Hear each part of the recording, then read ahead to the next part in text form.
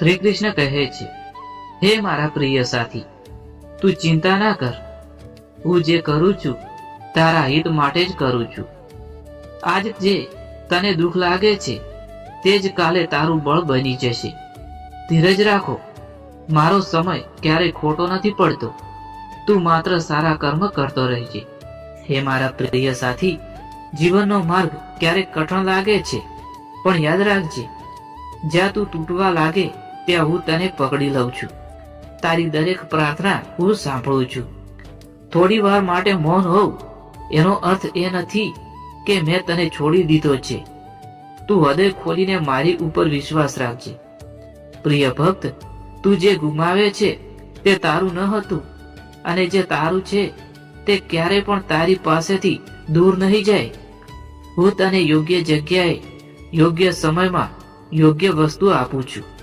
ફક્ત આશામાં જીવતો રહેજે અને શંકાને તારા હૃદયમાં જગ્યા ન આપતો. હે મારા પ્રિય સાથી, ગુસ્સો તને બળ બતાવતો નથી, એ તો તને જ બાળે છે. માફી એ સત્ય બળ છે જે આત્માને હળવો બનાવે છે. જે તને દુઃખ આપે એને છોડી દે. જે તને પ્રેમ કરે એની પાસે રહીને ફૂલો જેવી શાંતિ મેળવ. મારા પ્રિય સાથી, તું પોતાની કિંમત ભૂલી ગયો છે, પણ હું જાણું છું તું અત્યંત કિંમતી છે. તું એક ક્ષણ માટે પણ એકલો નથી. હું હંમેશા તારી સાથે છું. તારા વિશ્વાસમાં, તારી શક્તિમાં, તારી હિંમતમાં અને તારા શ્વાસોમાં. માત્ર એક પગલું આગળ વધી હું બાકીની રાહ સરળ કરી દઈશ. હે મારા પ્રિય ભક્ત, તારા દિલમાં જે પ્રાર્થના છે તે હું આજે નહીં પણ સાચા સમયમાં પૂરું કરીશ. મારો સમય ધીમો લાગે પણ ખોટો નથી. તું વિશ્વાસ છોડશે તો તને માર્ગ દેખાતા બંધ થઈ જશે. મને પકડી રાખ, હું તને ત્યાં લઈ જઈશ જ્યાં તારો પ્રકાશ ચમકે છે.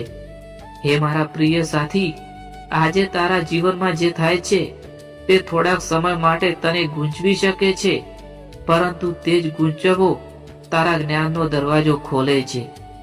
દરેક સમયમાં મારો સંદેશ છુપાયેલો છે. તું આંખ નહીં હૃદયથી જોએ તો બધું તને સમજાઈ જશે. હે મારા પ્રિય સાથી, દુનિયા તારી સાથે નહીં હોય પણ હું હોઉં છું, અને એ પૂરતું છે. તું લોકોના શબ્દોથી નહીં પણ મારા આશીર્વાદથી આગળ વધ. જે તારો હિત કરે છે તેને હું જ તારા જીવનમાં મોકલું છું.